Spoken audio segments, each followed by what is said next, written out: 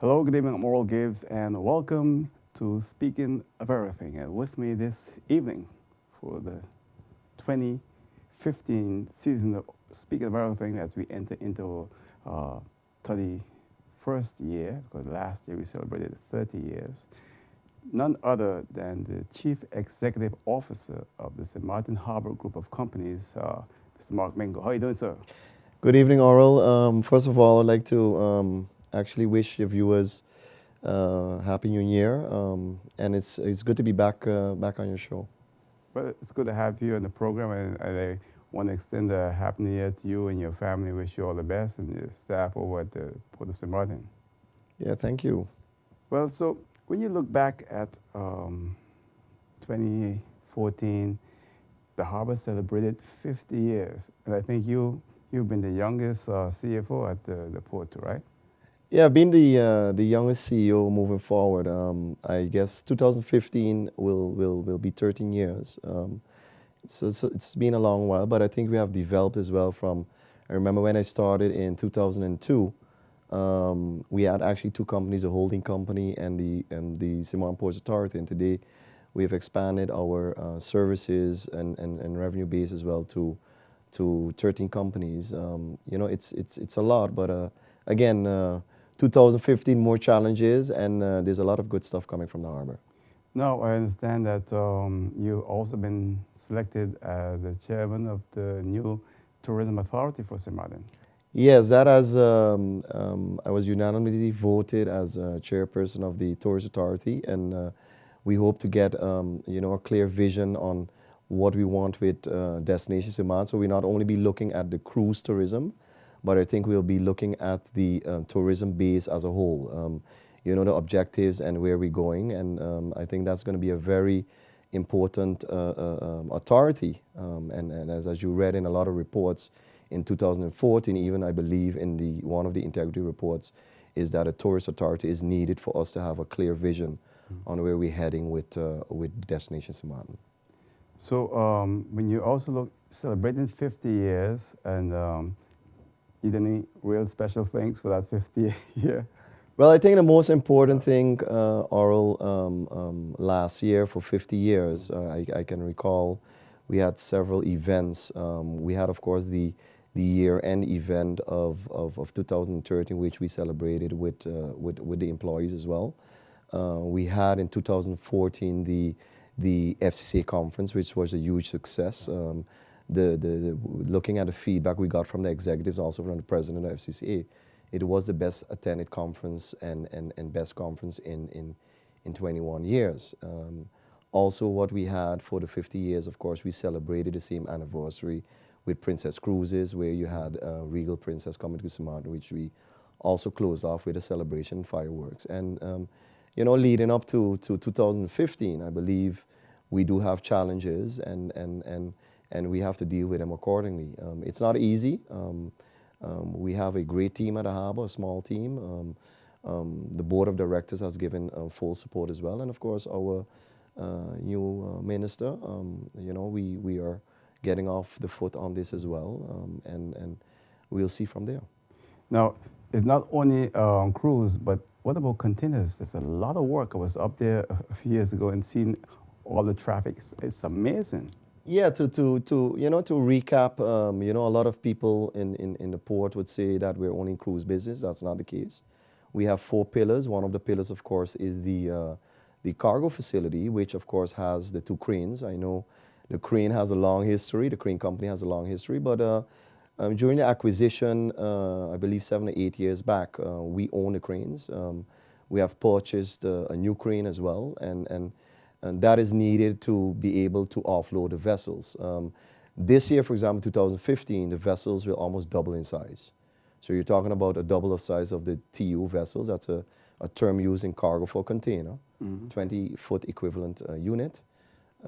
It basically means that if a ship doubled in size from 1,200 TEUs to 2,200 TEUs, you would need the proper equipment to offload these vessels. Offloading these cargo vessels also means that if it trickles down, for example, you have the smaller vessels who carry smaller amounts of containers to the surrounding islands. Very important is also the connectivity, of course, with St. Bart's and Anguilla, but not forgetting our best islands or our sister island, Save and Station.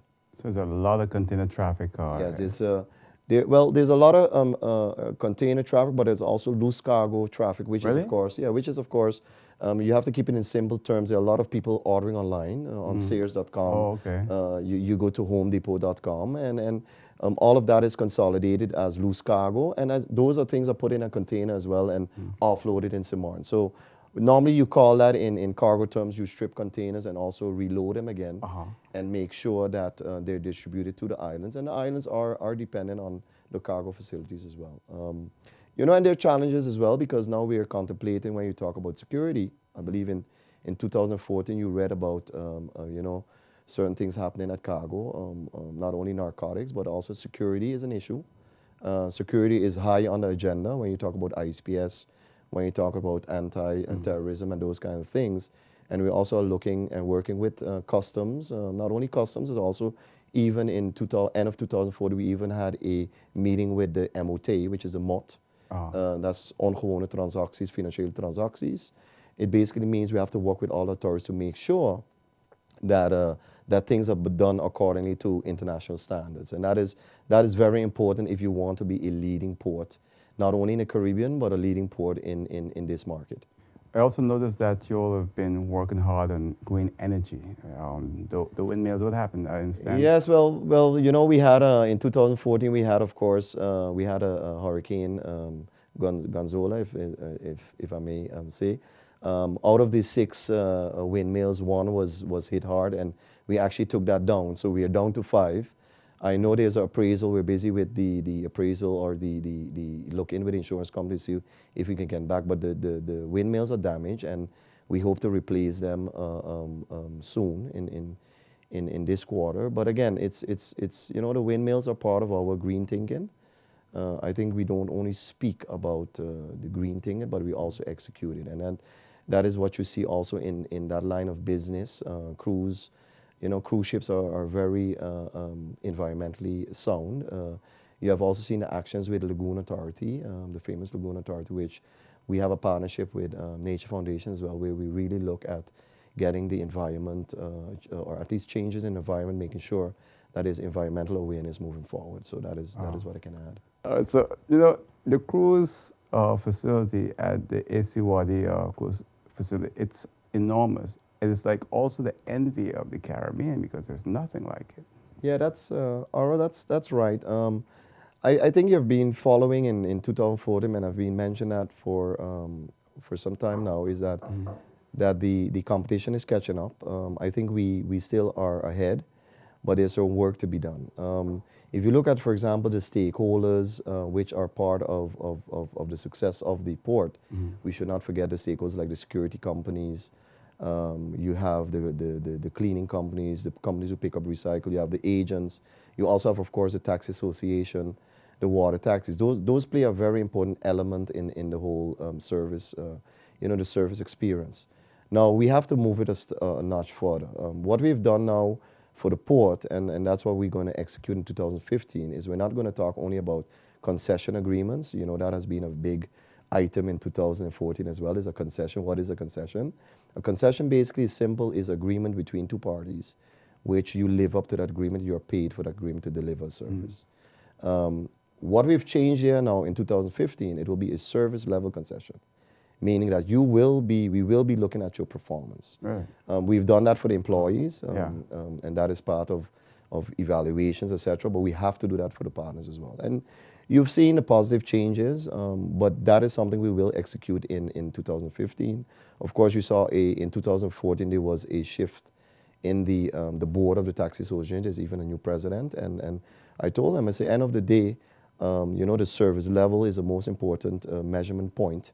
You have to make sure that the satisfaction level of the guest is the highest, and that is something we will be working on in 2015, because our service level has dropped, and we need to get serious about it. And again, being part of the Tourist Authority will also make sure that we learn from the other sectors, if it's now stay over or the yachting part of it, or whatever line of tourism. We need to consolidate it and come with a serious plan. How are we going to adjust or or at least promote the island and making sure that you give the highest service level. So that is something we will be working on in 2015. Now, the Tourism Authority is something new for St. Martin compared to places like Aruba that's been doing it for a long time. Yes, I sometimes get often oral. You're right on that. I believe we were talking about that this was a discussion for the last 10 or 15 years. I don't think, for me, it's not who created it or who could take the kudos for making it, but it's needed. If you go to any conference, you have Aruba, Curacao, the British Islands, they have their tourism authority leading conferences. And that is how it should be, because you are actually selling the destination. It's nice to have a good airport, run airport, or a good run port, but end of the day, what are you selling? You are selling the product of St. Martin. That's something which, with the Tourist Authority, you can actually consolidate and synergize across the board. And that is also something we'll be working on as not only as a port, but as a team, the Tourism Authority team as well. So you all will be meeting frequently or once a Well, month? we'll be meeting, the normal frequency of meetings will be once a quarter, and then of course you have a board. We haven't made a decision yet who's going to, there will be a new director, of course, as well, and that is something I need to discuss in detail with the minister. That is something the minister needs to decide upon, but also there's a very important integration with the older tourist office or tourist bureau, which you also have employees working. And there needs to be clarity on how we move forward. There's a bit of a disconnect, and that is one of our jobs. We need to make sure that we refocus the purpose of why we have actually are in tourism. Why are we doing tourism for the island? Then we also have the lagoon that you're also responsible for, right? Yeah, that's right. I mean, I think everybody has been following a lot of discussions about the Lagoon Authority, and you can argue, is it a regulator, is it not a regulator? I don't really want to go into those details. But I think it's very important that the Lagoon Authority has a management agreement with government, and we have to live up to what is stated in that management agreement. And even with the incoming new minister, we're going to have discussions on what we really want with SLAC, the Lagoon Authority, because I think clarity needs to be there. I think clarity, it's fair to say that the partners in this industry wants clarity as well. What are we going to do with it? And I'm willing to open that discussion and make sure that any frictions which are in the way of having economic activity and make sure that a business can grow, we will address that accordingly as well. So, we are a partner in this, and we listen as well. So, yes, indeed, there's a lot of work there still to be done. The first bridge, with the Causeway operations, the bridge has an end of life. I believe 4 or 5 more years. The first bridge, which connects Simpson Bay as well, that has an end of life, and we will need to address that seriously with the minister and partners. So, I'm looking forward in those discussions for 2015. And also, how's the partnership with Nature Foundations going? Well, the partnership with Nature Foundation is we have worked on that over the years with Tazio. I think we can do more when you look at what is needed to clean up the lagoon. If you talk about the recs, if you talk about certain programs, to get more structure in there. And we need to be seriously about how are we going to fund this. Should it be through the Lagoon Authority? Should it be through the Tourist Authority? Should it be through government? But you got to get real. I mean, if you look at Nature Foundation, they play a very important role, and they always need to be independent of what they do, because at the end of the day, without our natural resources, we have nothing. And also in 2015, we are looking to also improve, the working relationship with marine trade. I believe, we need to sit and really look at how we can solve and move forward, because at the end of the day, it's about St. Martin. And if we don't make those changes, the business will suffer. Because at the end of the day, again, competition is out there. You have Antigua, you have St. Kitts, and we need to address certain issues, because if you look at business models like fueling, fuel charges, etc., if you don't address them, we're overpricing ourselves. You can also overprice yourself out of the market, and we shouldn't take that for granted. Now, when you look at, there's been other things. For example, I'll show on the monitor here. This is construction of the new causeway when it was on the way. It is now open.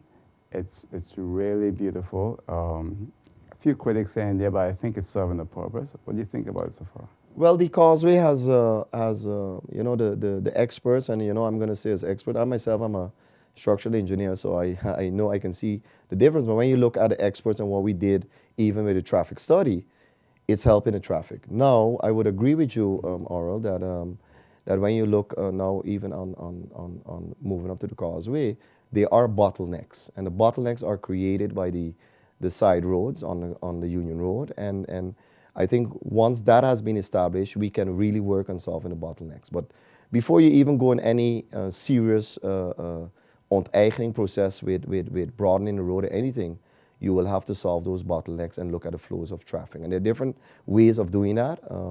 I believe in 2004 there even was a presentation on the traffic department. I believe Romy was there as well.